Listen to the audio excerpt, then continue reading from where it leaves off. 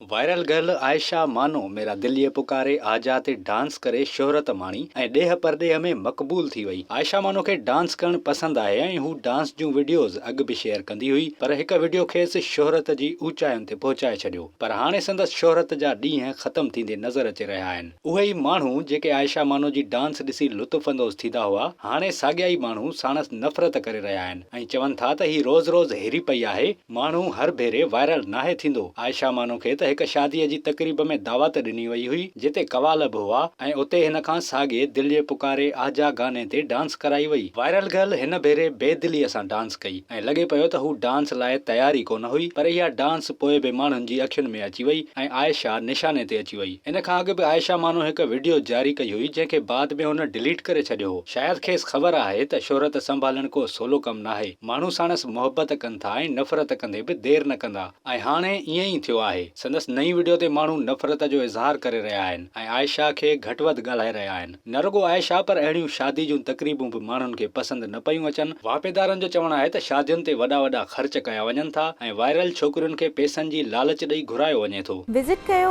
अवामी आवाज़ media group जी website awamiawaz.pk